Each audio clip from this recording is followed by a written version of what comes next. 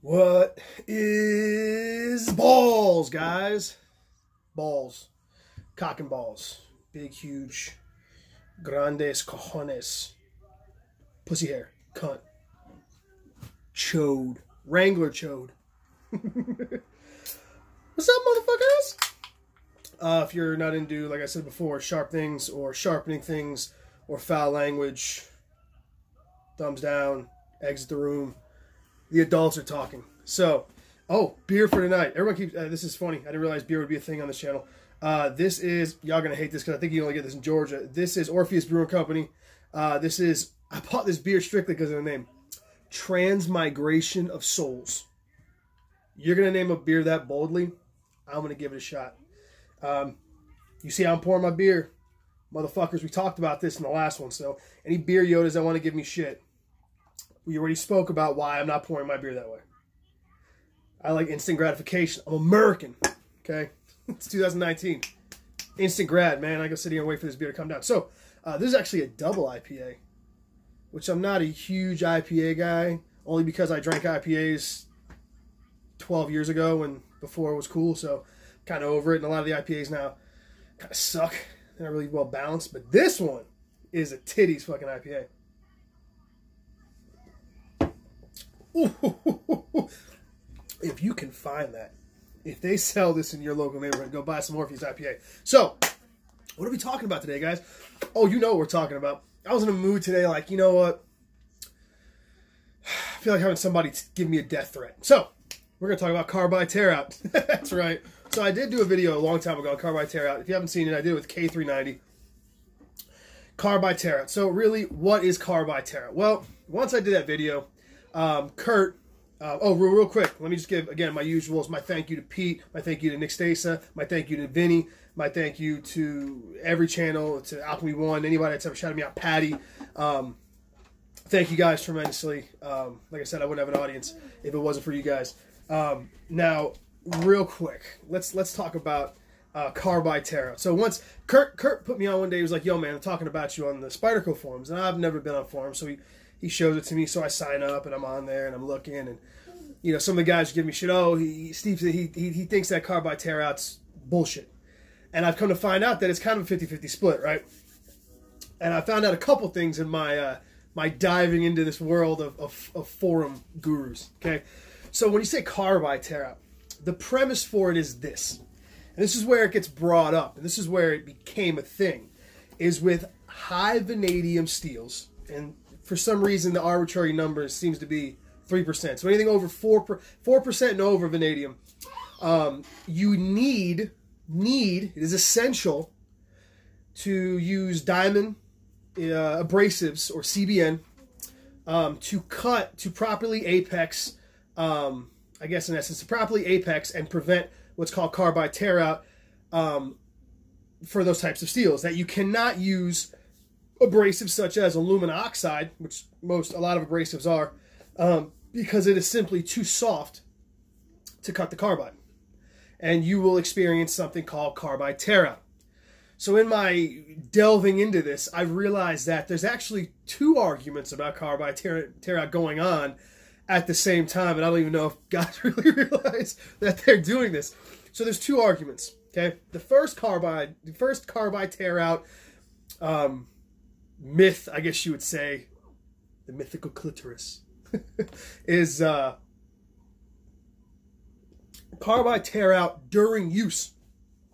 Guys argue that if you do not sharpen something like, let's say, S90V, 9% vanadium, with aluminum oxide and not diamond, that you will then experience this Carbide Tear Out during use. Like I said, the aluminum oxide is softer than the vanadium carbide, and it will simply burnish. It will not properly cut, and it will not properly apex, and this will somehow result in Carbide Tear Out, chunks of your edge basically coming out during use. Now, that's a little bit of backstory. Carbides are clusters of carbon and alloying elements, chromium, vanadium, molybdenum, tungsten, that form during the austenization process of steel. These carbides are basically inclusions in the steel matrix itself. So the steel matrix, right, that grain structure we harp about, that I keep beating to death in everyone's head, imagine that fine grain structure, right? Imagine the edge of a blade, like I said before, like a triangle, right? Like an edge blade, made up of 1,000 little Legos.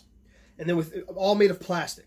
And then within there, you see clusters of 4 and 5 Legos that are Legos made out of concrete. And they're scattered randomly throughout this apex. Those are carbides. Okay, they're much harder than the surrounding matrix.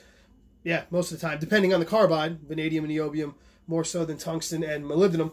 But that's what they are. They're inclusions. So, again, now, carbides form in any steel that has carbon and another alloying element in it. It's chromium carbide. So so this issue has been come up with vanadium carbide specifically because vanadium carbides are harder than alumina oxide abrasives, basically. I have a few problems with this, and here's why. Okay, here's why. So what people are here's the issue why. People say that they reference different scales of hardness. Okay, if you look at the MOHS scale of hardness, this is where they take an abrasive and they run, I believe, diamond over it, and they see how much it scratches. Okay, 1 being talc powder, right, like you use when you weightlift, and 10 being a diamond, and they rate alumina oxide at a 9 to 9.5, about a 9.5. Okay, they rate vanadium carbide at about a 9.5. Now that's a scale I think would be more appropriate when we're talking abrasives because the test itself is an abrasive test.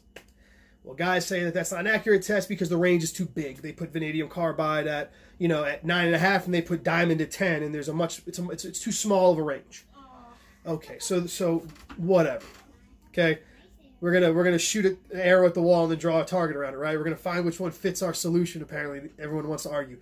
So then they refer to Vickers or Knoop, K-N-O-O-P testing. Vickers and Knoop testing is very similar to Rockwell testing in that you have a diamond impinger basically, and it pushes down on like a Rockwell tester does, and then it measures the divot basically, right? Problem with that is when they do those tests are for industrial purposes. When they're trying to find the density, the hardness of certain abrasives in industrial purposes. The problem is we don't know when we read these tests what the sample size is. It's just like with Sharpie impact testing. When they tell you something has a better impact test, has better impact toughness, one steel than the other, the size of the sample and the thickness of the sample that they're testing is going to greatly affect the test results. Well, we don't know what they use, and if they do, it sure as hell ain't the edge of a knife. That's why those impact test results, to me, are pretty much null and void. They don't really apply to this. Here's the difference, okay? This is a Shapton glass 1000 grit stone. Now, alumina comes in different grades. There's brown, pink, and white. White being the hardest and most fractal of the three, and the hardest of the three. Okay, this is white aluminum oxide. Okay, this right here, this is Spyderco Ultrafine. This is also white aluminum oxide. Here's the problem. Okay, this one right here, for instance, if you see, if I take this diamond plate, right, and I go like this, we can see, right, this releases abrasive, right? It's very simple. This is how this water stone works. Let's flip this over. If we do this on this right here, we see nothing. Well, duh, Steve. The Spyderco Ultrafine doesn't release abrasive. Fucking exactly. So my point with these Vickers and Knoops tests are, we don't know the density or the porosity of the sample being tested. This is white aluminum oxide. This is white aluminum oxide. If I put both of these through a Vickers test, right, or a Knoops test, which one do you think is going to score harder? The piece of solid baked, basically 1 micron aluminum oxide, or the 14 micron 1000 grit that's bonded with a magnesia bond? You guys see where I'm going? We don't know the density of the samples being tested. So to say that aluminum oxide can't cut vanadium carbide because it's not hard enough, well, in referencing those tests, it doesn't make sense. Okay, you see guys, Michael Christie in particular, uses this stone religiously, and he cuts a lot of high vanadium steels with it. Doesn't seem to have a problem. He actually did a video with S90V with that. Why is that? So Okay, so this is 9 minutes of the video, guys. We're gonna talk about this real quick because this needs a. If you're not interested in listening to this, don't even watch the fucking video. This is for the steel geeks and the guys that, or even just the guys that want to know what's gonna happen. Okay, so we're gonna go into this real quick. That's why I see a problem in the Vickers and Noops test, because what they're testing, the abrasives that they test, we have no idea what the density is, and it doesn't. We don't know if it even applies to what we're using, even though they both could be that. So here's my theory. Okay, the reason why guys have problems with using an aluminum oxide stone versus a diamond stone when sharpening high carbide steels, or any steel really for that matter, is simply a matter of, like I said, binder. This steel has a binder. Okay, that binder, these stones are made to release. This is a harder stone, but an example like this, a much softer stone. This is meant for high carbon steels, not S110V and Maximed and S90V, hard steels like that. This is meant to release abrasive with every pass. So what's happening is when you've got a simple carbon steel like super blue, Aogami blue, Shirogami steels, those steels have very low wear resistance. They're very good for cutting food because they get very sharp and they can hold through the impact. But as far as wear abrasive resistance, they don't have very much abrasive resistance. Okay, they're two different things. So when you use this kind of a stone, it's very easy to cut that steel because there's not a lot of carbide, if any, and there's very low abrasion resistance.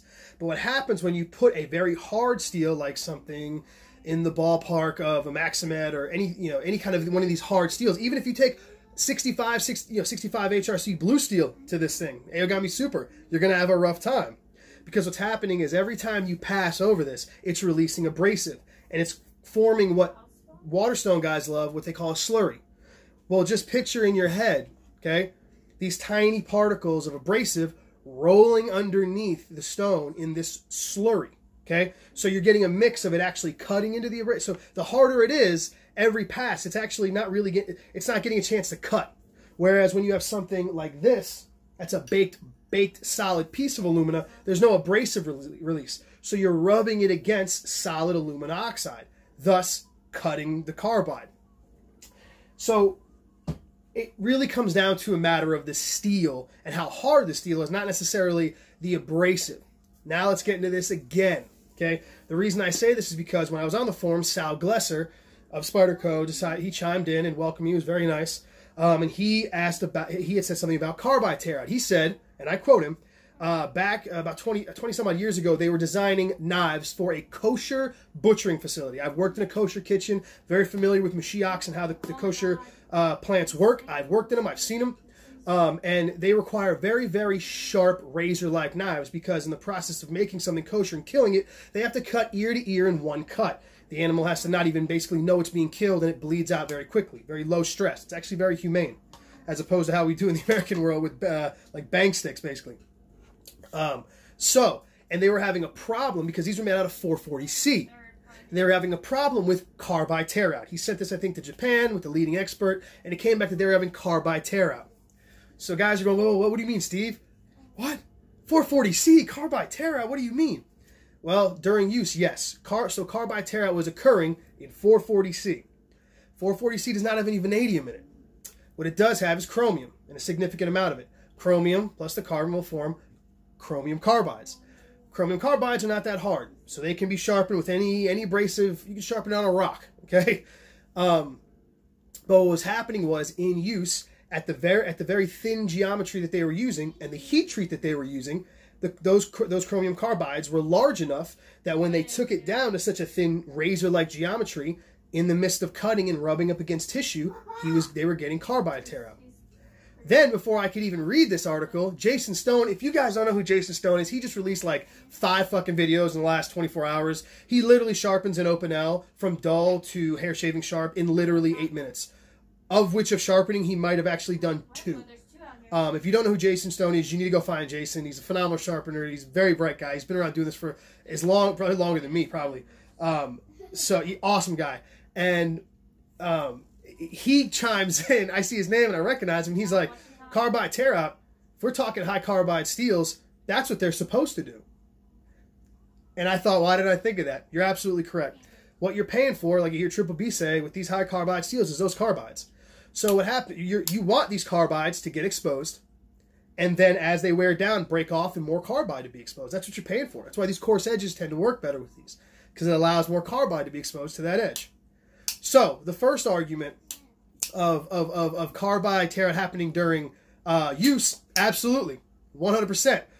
Problem is, it has nothing to do with the abrasives you're using. It has everything to do with the heat treat and the chemistry and the heat treat of the steel and the makeup of the steel. Okay, so 440C with that type, if you don't go through the heat treat process, if the steel doesn't allow it, or the heat treater doesn't get the steel to get those carbides small enough, and you take a said steel, something simple like 440C, down to an extreme geometry, you're going to experience carbide tear out. And it has absolutely nothing to do with the abrasives used. It has everything to do, again, like I said, with the steel, the composition, its ability to hold that, and the heat treat. So, argument number one. Carbide tear out happens with high vanadium steels because of abrasive used during sharpening. Bullshit. You can go check it out. They started a thread talking about, you know, YouTube testers, and I was one of the guys they mentioned. Sal Glesser himself said it. They experienced carbide tear out with 440C. Had nothing to do with abrasives, guys. So to say that it doesn't work with 440C, but it does work with, you know, with zero vanadium versus high vanadium, it's horseshit.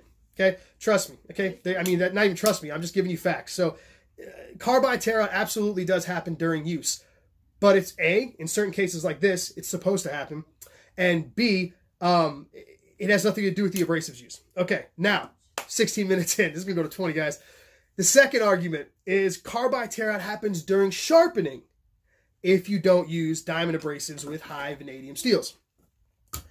Okay, again, I gave you my argument why we can't say that, because saying aluminum oxide is softer than vanadium carbide, or that it can't, saying that it's A softer and B can't cut that is irrelevant, because we don't know what those Vickers and Newps tests are, and you see plenty of guys sharpening high vanadium. Michael Christie, prime example. He raises a burr, like I have and anybody else that's used a stone, off this aluminum oxide stone. And I've done it off this one, which we're going to see right now. So that argument is kind of dead in the water. You can't really, unless you can prove to me that the density and whatnot, it's kind of a null argument, right? It's theory. It's just theory. And what am I about here? Does it fucking matter? That's what we're trying to get into here. Because that's really what, after I did all this research, I'm talking to all these fucking guys, I really came down to one thing. And you know what that is, guys? Does it fucking matter? That's what I want to find out here. Because this is the argument I kept running into. Ready? Here's the best part about it, right? All right. Carbide tear out only happens during sharpening at, I've heard over 5,000 grit, and I've heard a lot of times, sub 3 micron edges. Yes, ladies and gentlemen, a sub 3 micron edge. So anything under 3 microns. Then is what the carbide tears out. Now I can understand where they get this from, is because I found Spyderco. Spyderco says their vanadium carbides are in the ballpark of 2 to 3 micron. So theoretically, this is probably where they're getting that number, that magical number. You'd have to take the edge down to at least the size of the carbide to start seeing an effect. Because if you sharpen this to a 40 micron edge, right? You did it to a 600 grit edge, 45 micron. The carbide, the edge, the apex of the edge is much wider, and the scratches are much wider than the actual carbide. So you wouldn't even know, right? So here's my argument to that. Two things, okay? A, if you don't sharpen your knives to your apex to a sub 2 micron edge, right? Which a sub 2 micron is anything, hypothetically, 8,000 grit would be 2 to 3 microns, so give or take. So anything 8,000 grit or, if you don't sharpen your knives to 8,000 grit or above, this argument doesn't even apply to you. So I basically just knocked out 90% of the guys that carry pocket knives, right? Because that's always what they tell me. Well, we're really, if guys that are really looking for edge perfection. Yeah, here's your edge perfection, bro. I don't know who the fuck. I use a knife for a living. I use a knife for a living for 17 years, okay? Never have I, even working in a Japanese restaurant, those guys don't take their edges to 30,000 grit. The only people I've ever seen take an edge that far are Japanese woodworkers who do plane iron competitions. You can actually probably look it up. I'm sure it's on YouTube, where they do competitions where they take plane irons and they go across a piece of wood and see how thin and how long a ribbon they can get off of it. Yet and still, that's only in competition, guys. That's not in real life. Those are the only people I've ever seen high-end, high-level woodworkers using Shapton 30,000 grit stones or anything above that. So, if you do not sharpen your knives above 8,000 grit, which Don't know why you would for EDC use. This doesn't apply to you. And you wonder why I say that I don't know why you would during EDC use. You cannot tell me, okay, that a 60 HRC, 62, whatever, any of these production steels taking over 8,000 grit are gonna hold their edge any long at all when you're tearing into zip ties and you know, busting through cardboard, guys. Nobody does that because it's stupid, because the steel is just not strong enough. That's again, there's another reason why you get carbide tear out. That's another thing, real quick. So carbide tear out happens when the matrix around it is not, like I said, during use, when the matrix around it is not strong enough to hold the carbide and it gets pulled out. So if that was going to happen during sharpening, that again is a matter of the heat treat and the surrounding steel matrix and not the actual abrasives themselves. You understand what I'm saying? Now, I know some guys who feel, and I'll agree, you'll get a crisper apex off of diamond and CBN. That to me is simply because even the bonded stones like you see Triple B use, those don't dish. They don't really dish. So really, when you're using a diamond plate, you're getting a very dead flat surface. I think DMT guarantees theirs within 0.0, I think it's like within 0.005 thousandths of an inch. So you're getting a more consistent, whereas when you use a water stone, with every pass, it dishes a little bit. So your edge angle changes little by little by little. That's the reason why guys get crisper edges off diamonds, or is because it's more of a dead flat surface. Not necessarily because, and water stones will dish, not because it's any harder of a cutter. Now again, this is production knives. Now, you want to get like a Triple B 4V at 65 or whatever, yeah, you're probably going to want to use diamond because it'd be a bitch to sharpen on something this soft, but it can be done. So, again, during use. So, real quick. So, what I've done is I changed some parameters of the test right here that I did with the K390. The K390 test, K390 is a relatively tough steel, especially for its contents, low chromium, high toughness steel for its abilities. And I had a problem having to do the test 6 fucking times because the burr wouldn't come off. So what I've done is I've taken S90V, which is a phenomenal steel to sharpen, that sharpens like a breeze, does not have any of those really stubborn burr issues, A, to eliminate that, and B, what I've done is I'm going to challenge these guys. I'm not just going to take it to a low grit, we're going to take it to 8,000 grit. So what I've done is I've got a set of stones here. So we're going to do an alumina oxide. I'm going to do 200 grit, 400 grit, okay? So 400 grit. This is a Kramer ceramic aluminum oxide stone. Pretty sure Shapton makes these. 400 grit. So 200, 400, Shapton glass, 1,000, and then a Kitayama 8K. It says 8 to 12K because this stone has it has natural Japanese water stone in it, dust. So if you work the mud on this thing, technically you can take it down to a 10,000. It's all speculation. Guys who sharpen with water stones know what I'm talking about. But this is rated at 8,000 grit, okay? So 200, 400, 1,000, 8,000. Then I'm gonna do it. I'm gonna sharpen it again. Oh, and then good old Harbor Freight chromium oxide green polish for the strop. Okay. Then I'm gonna do DMT extra coarse 220 grit, 600 grit, 1,200 grit extra fine, and 8,000 grit extra fine. This is rated at 3 micron. And then a 1 micron strop, 10 passes with diamond. So we're going to do it fully with alumina, fully with diamond. And then we're going to see how, and I'm going to cut. Now, the cut test is even going to be a little bit longer on this video, guys, because I don't want anybody thinking there's any tomfoolery going on in this vid. So what I'm going to do is I'm going to speed it all up, but you're going to see me actually sharpen. I'm going to do 1 continuous shot. Sharpen on alumina, cut test.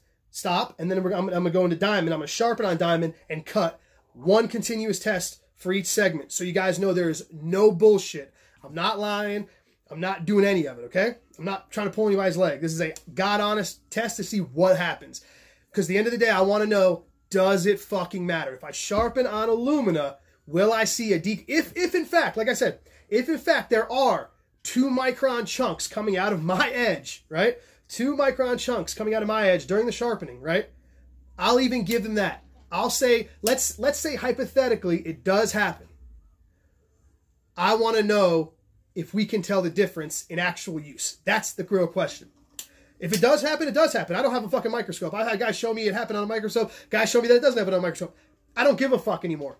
I want to know if I sharpen on alumina with a 10V class steel, right? That's what they call it.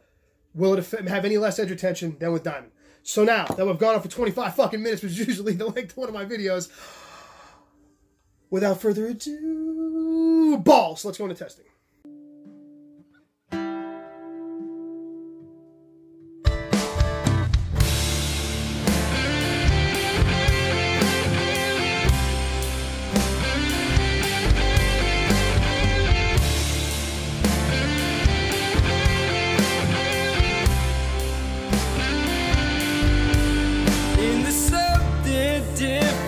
About the way I feel today. Is the sun now shining brighter than yesterday? I still feel like hell, but it's a better deal. Music's got me hook, line, and reel. Got my soul, the wounds I feel. Now I've got on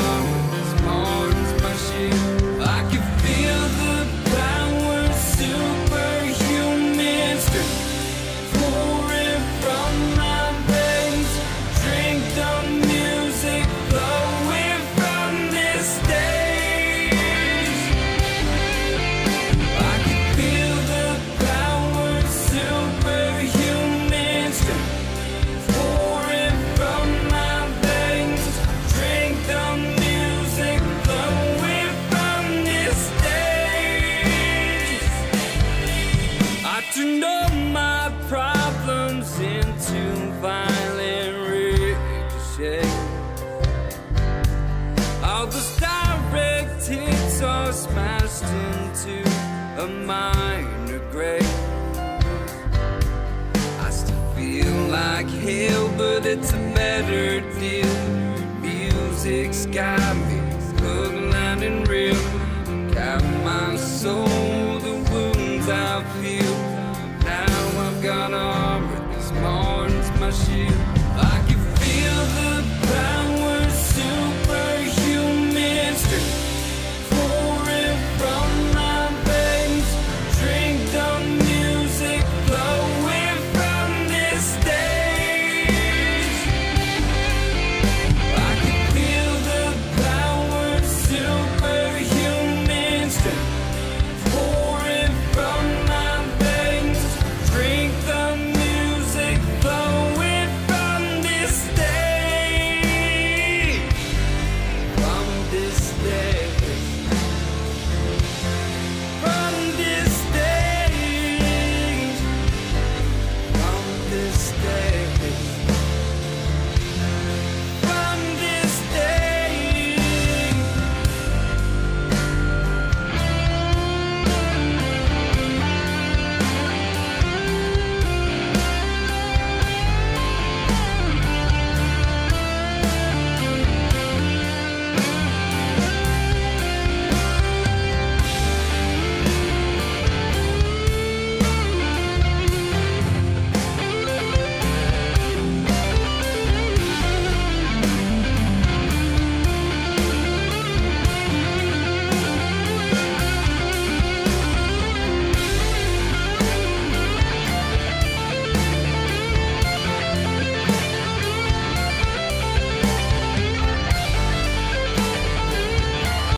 All right, that was the fine and working edge with aluminum oxide.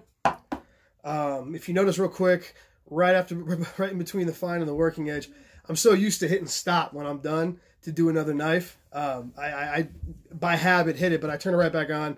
It's the same knife, same edge. You guys can see I didn't, nothing altered here. There we go, same noise. So anyway, I'm going to take this tape off now. I'm going to sharpen with diamond. Do it one more continuous shot. And then we're going to do final working edge with diamond and see what happens. So,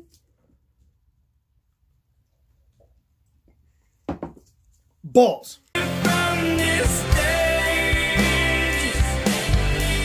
I turned all my problems into violent ricochet. All those direct hits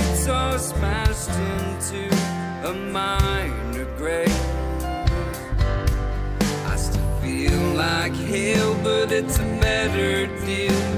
Music's got me hook, line, and reel. Got my soul, the wounds I feel. Now I've got armor as smart as my shield. I can feel the power, superhuman strength pouring from my veins. Drink the music flowing from this stage. I can feel the power, superhuman strength pouring from my veins. Drink the music flowing from this stage. From this stage. From this stage. From this stage. From this stage.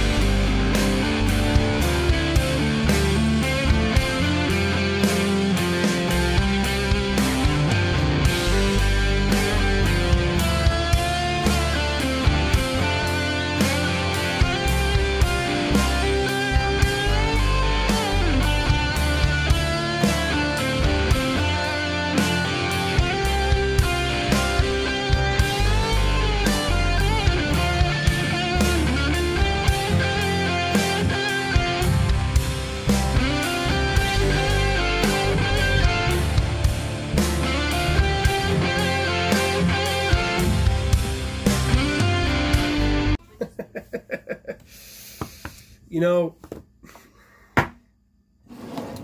my grandfather told me that, you know, you miss every shot you don't take, right? And, you know, you don't miss the things that you don't regret the things that you do. You regret the things that you don't do. You know, sometimes you just got to take a shot. You got to make a prediction. You got to put yourself out there. You got to say, this is how I feel, or this is what I'm going to do. Sometimes you're wrong. Sometimes you come up short. Sometimes you're wrong. Cheers.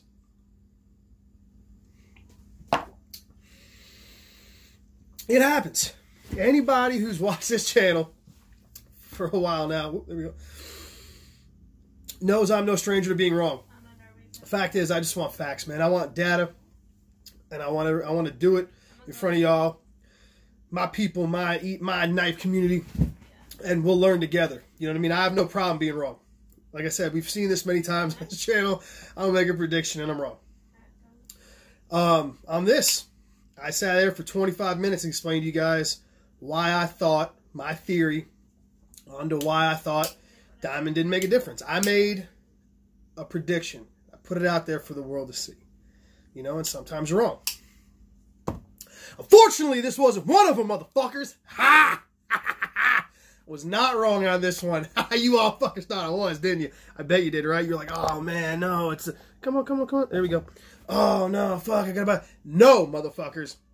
Not only was I was wrong twice. I was right twice. Okay, because I didn't realize something during this test. Not only would I be testing diamond abrasives versus alumina progressions, right, with the abrasives, I'd also be getting this chance to see what S90V does at a high polished edge. I've done this with M4 before. A test where I was fucking wrong. We'll get back to that towards the end of this. So what happened?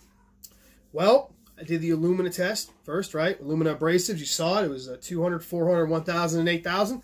Then strapped on your piece of shit Harbor Freight green smudge, snot smudge, that shit. And I got 97.4 feet before it would no longer shave hair. Working edge cut only another 10 times, bringing the total working edge to 121.2 feet. Not gonna lie, when I got that result, I was surprised for a number of reasons, but I thought I definitely might be doing cartwheels uphill here. I might be wrong, because that, if anyone knows what if you look at the charts on the bottom, the test results for when I did S90V were not that. That is far lower than what it usually does. So then we did diamond, and I did diamond last just in case, because if I did alumina last, somebody would say, "Oh, well, maybe you sharpened off some more burnt steel," right? So I did diamond last to give them that advantage should it be there, as you saw in the video. Well, fine edge holding on this full diamond progression, 99.8 feet. Total working edge, it only cut another 10 times, same 23.8 feet, bringing the grand total working edge to 123.6 feet. The difference between the fine edge holding was 2%. The difference between the working edge holding was 2%. That's it. These are they cut nearly identical. The diamond edge got like one more cut, like one more, and I maybe, you know, that's being now it definitely felt toothier on the startup, but it by that, just like the alumina, man, by that 30th cut you could start seeing it start to not pop as many hairs and start to almost scrape. And then the real big surprise of this, guys, is the working edge. We've seen the working edge on S90V cut 350 feet or 400 feet. Okay, it dropped off the table on both of them. 10, like, just that's it. 10 cuts, it was done. You saw it. It wasn't catching paper anymore, right where I had it taped off. This brings me to a stance that I've revisited on. So so when I said the M4 test, I predicted that a higher polished edge with that diamond would cut longer, and it didn't. Now I have a high polished edge. That's a mid carbide steel. Okay, this is a high. Well, I would say I'd say they're both mid carbide. That has more carbides in it. It's a lower vanadium content, but it does have quite a bit of moly, quite a bit of cobalt. So I'd say it's a higher carbide steel than S90V. S90V just has more, I guess you'd say, working carbide. There's 9% vanadium in this. It's a very relatively simple steel. It just has quite a bit of carbon, chromium, and a lot of, I think it's got some moly in it, and then it's got a lot of vanadium, and that vanadium's doing the work. So, ready? So this also did not do that. It suffered performance from a higher grit edge. Now here we go. Ready? Like I said before, like I've changed my stance on it. Like I've heard Triple B say this. Some guys swear by the high grit edge, but here's the thing. Like he said before, you're paying for the carbides in these higher carbide steels. So again, my theory is when you take it to a higher finish like this, what's happening is, particularly on a production knife, this knife has been Rockwell tested by Kurt. If you guys can see that little divot right there, see it? It came back at 60 HRC, okay, which is good, great for a production knife. 60 HRC, okay. That matrix, that steel matrix, is not going to be able to support a 3-micron edge or whatever it ended up being, 4, 3, 2, whatever micron is. It's not strong enough to support that. Okay, so what ends up happening is and this is my theory, but I've showed it twice now. What happens with that high grit edge is, as it runs into stuff like cardboard, or if you cut zip ties or something like that, that edge is so tiny, it's so thin and so frail that instead of it breaking off and microchipping basically away and exposing more carbide, exposing more of those teeth, those serrations, what you're getting is blunting. It's simply just the edge is just getting crushed like this. Nothing has a chance to continue. That's the only way you can explain this knife. Literally drop. This thing usually cut for 20, 30, 40 more. It cut 10 times, cut 20 foot more for the working edge. if that is not more of a definitive proof that a high polish edge on a production mid to high carbide steel isn't enough, I don't know what is. Here, I pulled these numbers up just to see. I wanted to see what it was. Okay, this steel, when I did a remember, coarse and fine, so it was a 600 grit edge, 1 micron strop, 10 passes per side, cut 121.2 feet. Okay, when I did it all the way up to the 8,000 grit and the whatever that was, I think it's a couple micron strop, whatever it is. I think it's supposed to be 1, whatever. The chromium oxide, I don't know what it's rated at, but anyway, I took it up to 8,000 grit. It did 99.8 feet. At 600, at the 600 grit, the coarser edge, it had an increase of 21% edge retention. So it lost 21% edge holding in the fine edge holding. 21%. Okay. And I'm using the fine. I'm using the fine edge holding just to show, because I also have fine edge holding on M4. I haven't done working edge yet, but here we go.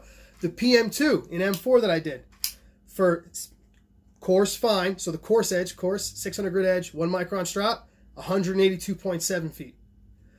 8,000 grit, I took it up to extra fine for that test. Hair whittling edge, 1 micron strop, 149.6 feet. Do you know what the difference in that is? 22%. Y'all, 21% decrease in edge retention for this from going up that high, 22% decrease in M4. Both mid to high carbide steels.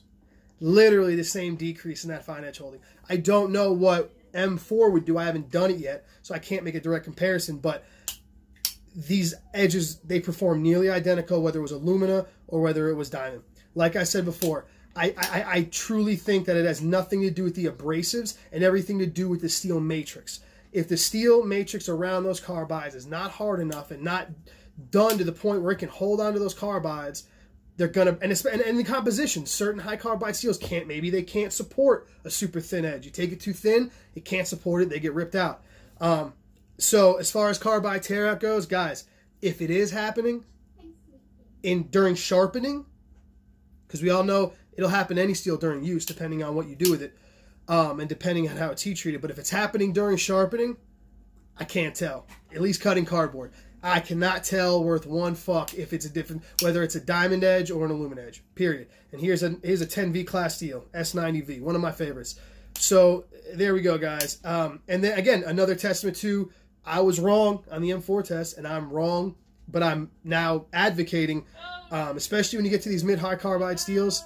If you want more cutting, you want more edge retention, you want more edge retention, be it working or fine edge holding, you're going to want to go with a coarser edge. You're going to want to give that edge the chance to hold its edge and then to break down properly. You want to give this edge the ability to degrade how it's supposed to, expose more carbide, and let those carbides do the cutting for you. So, ladies and gentlemen, I'm not wrong, finally. Cheers. So, sorry for this unbelievably long video. I have no idea how long it's going to be. All I know is the intro is 25 minutes. This is 10 minutes. Anybody who stayed at the end to watch, thank you very, very much. If it was too much talky talk for you, go fucking suck a dick. I don't give a shit. I do this for the community. I do this for the guys out there that just want to know, man. Guys that just want to know. And I want to be, and I'm going to sit here and do this shit, and we're going to learn together. We're going to figure this shit out, man. So this was a fun one for me. It was a marathon, but I'm glad I did it.